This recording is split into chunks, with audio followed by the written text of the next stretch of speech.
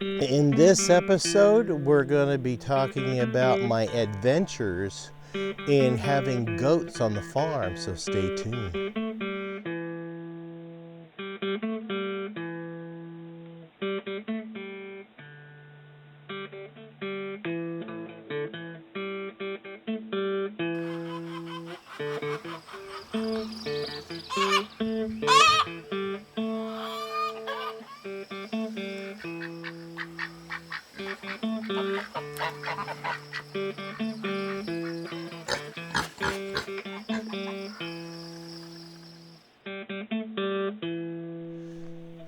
Hello folks, welcome back to Pine Meadows Hobby Farm. I'm your host, Jerry Hansen. Hey, I'm going to be sharing with you guys my adventures I've been having over the past several years with goats on the farm. Let's go in where it's a little warmer. Okay, let there be light. So, yeah, hi. So I've been raising goats off and on for some years. We started out when the kids were really little with, forgot what they were called. They were miniature goats, midget goats. And we started out with 3 of them, a girl and 2 boys. And no, 1 boy and 2, yeah, a girl and 2 boys. Anyway, we had raised those. And then we ended up getting out of those. I forgot the ones. I think the kids' goat's name was Charlie. Anyway, he was clever. But later on, as we developed our homesteading skills and got over to Acorn Acres, we ended up establishing some a site to put in a pasture, so I was able to bring in more goats. And so I came in with Nubian goats. Now, I really enjoyed the Nubian breed, and I researched the Nubian. I researched all goat breeds before I decided on which breed I wanted to raise. And I come up with Nubian for a couple of reasons. They're a large goat. They're an all-around good meat and milk goat, and they're also great for training for pack animal to go on hiking or hunting with. And you can also train them to pull a little bit of a plow for you in the case of the crap hits the fan scenario. So all around good animal. These goats are like I said, great for meat, great for milk production. The milk has the highest butterfat content of the milk goat breed. And I successfully made some herb cheeses from their milk. And their milk is delicious. Absolutely delicious if it's processed right. So they have fresh water, they have hay, they have grain, and I cut an apple. My key for processing the milk was to take and milk the goat into the milk into a jar, a large mayonnaise jar, and then I'd filter it right away right into a bigger jar that was half full of chilled milk. So I'd chill it right away, but I'd always wipe the teats down first with a solution of vinegar and water, and that way it would kill the bacteria that's on her teats. And then I would chill the milk down right away and refrigerate it. And at first we started pasteurizing it, but for my family's use, I didn't see the need to pasteurize it. I was killing all the beneficial microbes in it, so I decided not to do that. So, you're a sweetie. Yes, you are.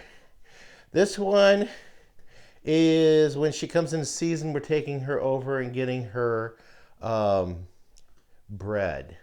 The other one, her sister, had her leg broke on Halloween. I mended her leg. I successfully mended her leg. Now she's romping and frolicking out in the pasture. And she's doing great, but I want to give her another month of healing on that leg before I let a buck mount her. So we'll give her another month maybe. I don't know. We'll see what comes up when it does come up. But Yeah, we've raised baby goats. This breed of goat that I buy from this lady, her genetic line has always given me triplets. And so I expect maybe 6 babies. Oh, you're just wanting to be pet, aren't you? Aren't you sweet? Yeah. Yeah. They're adorable. They're fun animals to have around the homestead. And boy, are they characters. So friendly. Yes.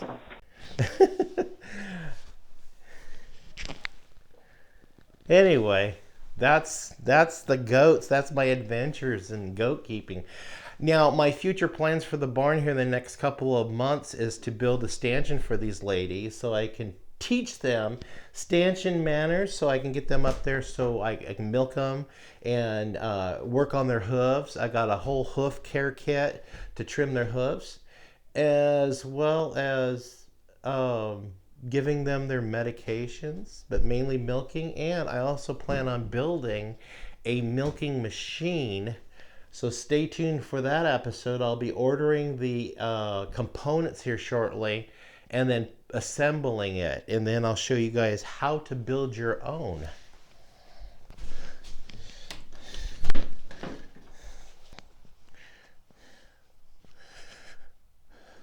So that's it on this adventure. The goats are doing great. We're having a lot of successes on the homestead, aside from that little setback we had back on Halloween. We anticipate a really great New Year's. I'm your host, Jerry Hansen. This is Pine Meadows Hobby Farm. This is your co-host, Marble, and that is Agate down there in the barn.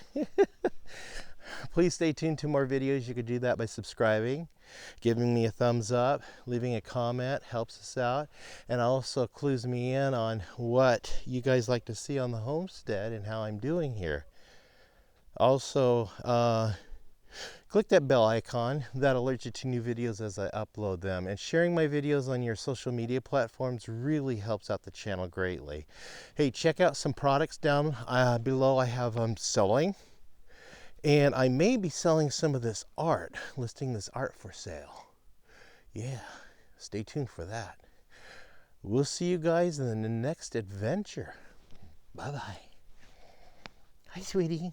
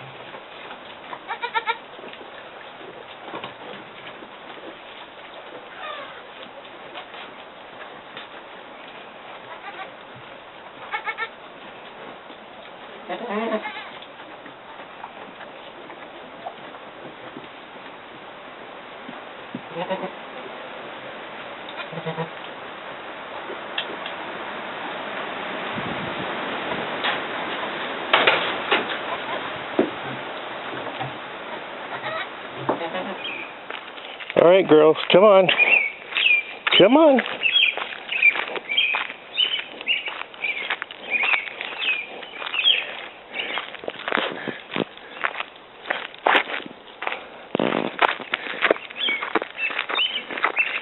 See, I only have to leash one and the other one will follow. Goats are like a herd animal.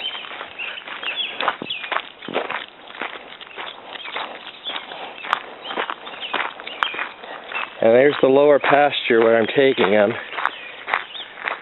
I fenced in, a couple of acres down there, and they have all that grass to range on. And that's my mobile home that I bought for $10,000. And then that old travel trailer is what I bought from the neighbor for $50 and towed it to Colorado and got all my stuff out of storage and hauled it back here and used it for a storage shed for a while. Now we've emptied it out and just gave the trailer back to the neighbor. He's doing some renovations on it right now. I'm not sure what he intends to do with it, but at least it's not in my hands anymore. Look at all that green grass they get to feed on.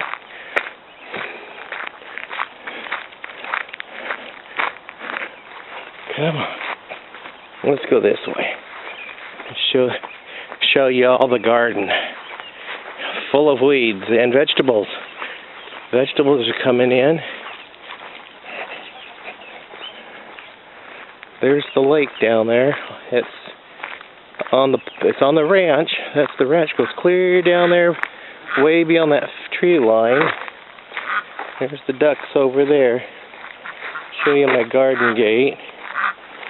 See, I got my peas coming in. I got artichoke over here. I got all of my zucchinis coming in, onions, celery, all my herbs. Here's my garden gate. Found that door up in the barn. Well, actually, I put the door up in the barn. I recycled it, painted it, and put it up there for a garden gate. Put some solar-powered lights up there, just for ambiance. My corn's in amongst the weeds, and there's my fruit trees over there with my raspberries, rutabaga. Oh, I got strawberries and blueberries in over there. I got one goose left. I had a coyote get in here and eat 3 of my geese. I had 2 male and 2 female. I got 1 male left.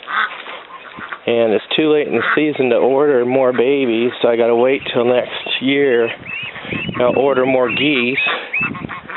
But I managed to order some baby ducks because that dang coyote got in and ate 5 of my ducks. Well, back up to 6 because I have 2 females. They're the Aflac duck, and there's the baby Aflac duck. See? Can you hear him say Aflac? Aflac. Aflac. Yep, Aflac. Come on, girls. Come on, girls. Yeah. Aflac. Where are you going? Hey, Ebony, come on.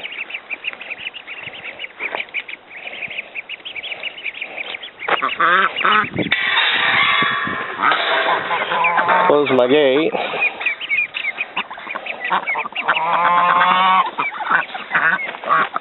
Get the girls their water bucket set up. They don't spend too much time down here.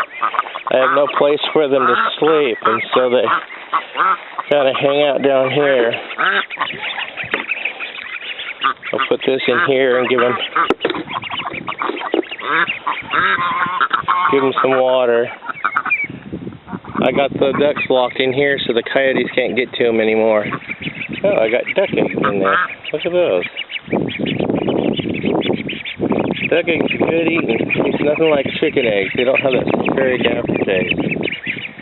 That's my makeshift lean-to until I get the materials to build another duck shelter. And I'll build a portable barn down here. And move the chicken coop down here because I lost a couple of chickens to coyotes. Yep. Here's the front of the place. It's in storage right now, but I do play with it. Alright, we'll see you guys later. Sitting on the front porch of my house. That's my pasture I fenced in. Took 100 of those T-posts that I pounded in. I didn't do it all in one day. It took me several days to do it because I took my time. And I dug all those fence posts. I had 3 on each corner. There's 4 corners here. And then had 1 middle support, 1 over there, and another 2 holes over there for support. So that's 3, 6, 9, 12, 13, 14, 15 holes that it dug. 16 holes. There's over by the gate. And then off that gate, I got to pick a bigger gate in so we can drive in there with a tractor and mow and plow as we need to. But there's plenty of stuff out there for those girls to eat. And this gal right here, she's my milker.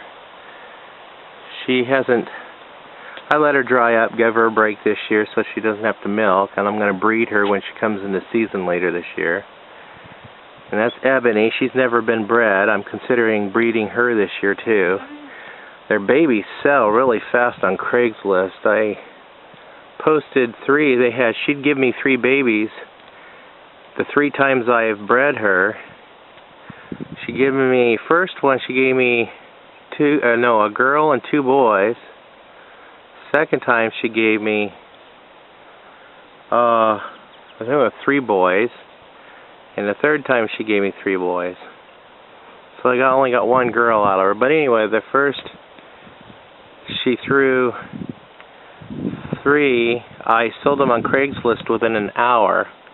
The second one, a contractor that I traded another goat I had for a bunch of windows and doors. He bought the babies and barbecued them, as he did with the other goat. And I took, let's see, I got 2 sets of sliding glass doors and a bunch of windows, brand new out of a new house. The gal wanted to change out her windows and put more modern windows, and these are the double pane thermal glass gas filled windows I got.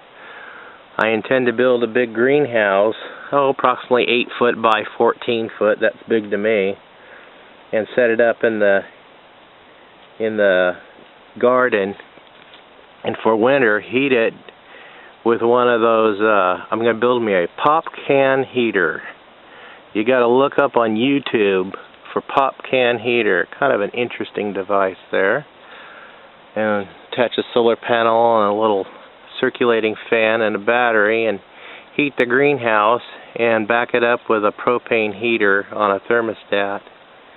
And I'm thinking of raising some tilapia and doing a hydroponic system in the greenhouse. Do a soilless vegetables through the winter and summer months and stuff like that. That ought to be interesting. Another goal I want to do this summer is build some beehives and put the beehives over there by that tree. And then I got to fence in around that tree so the girls won't get bugged by them and they won't destroy my beehives. That way they're pretty private, nothing's bothering them, and they're close enough to the garden that they'll pollinate everything within 3 miles. And I should get a bunch of honey out of those. I'm not sure exactly what breed of bee. There's 1 or 2 breeds I'm thinking of going, and thinking of going with the Italian breed. Still up in the air over that. And of course, building a beehive is another one of those things. Selecting what beehive would suit me best, and there's several different kinds out there. You could buy them all pre-made. It's kind of nice. We have a beehive supply house right down here in downtown White City. I can just jaunt down there and pick up all I need without having to pay for a bunch of shipping. Or I could build my own beehive and just buy the basic stuff. And I'm thinking of going with a Warren hive, which is just a top bar and the bees build their own combs. There's the hives where you buy the base. It's made out of beeswax and it's got the foundation in it already. I decided not to go that way. I think I'll just go with the top bar. I do want more geese though. That kind of goose that I'm raising is a American buff. Apparently it's a rare breed. It's dying out because not too many people are going for the American buff. It was bred here in the United States. It's one of the only goose that's indigenous to the United States. And it was bred as a primary Homestead goose. And they don't use them too much anymore. Everybody usually goes for the Toulouse or the Emden goose these days because of the bigger. And I'm not necessarily into bigger is best. I'm into quality, and I think my American buff, I get into raising those and I can help preserve that breed. I understand there's only 500 breeding pair left in the United States, and the coyote just ate 1.5% of that breeding pair. So I don't know what I'm going to do about coyotes. Use Jeremy's 22 and sit out here at night. Right now I don't have time to do anything, let alone weed the garden, busy with college and work.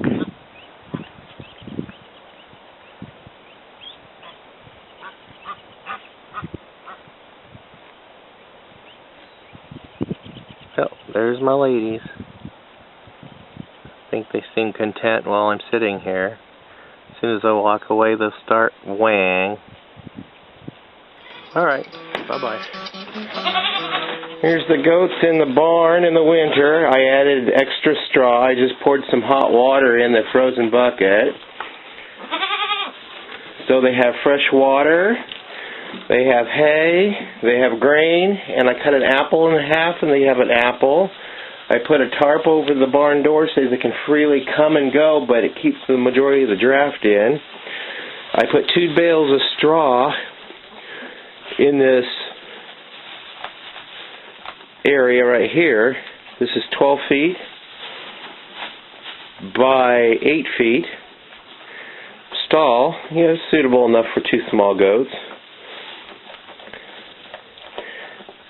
This is my milker. She is a Nubian goat, and this is a cross Nubian and boar. Boar is a meat goat, and Nubian's a milk goat. We're going to breed her around Christmas Eve is when she'll come through her cycle again, and I'll take her over to a farm on the other side of the hill and breed her with a buck over there. And then when she has her babies, we'll sell her, and then we'll have a small goat herd, because she'll need a goat. These goats are like, they're herd animals, so they need a friend. So we're keeping her until there's more friends that arrive, so they're not too lonely. Decided she's going to have a little bit of a snack. That's quite okay. All right, I've got all day.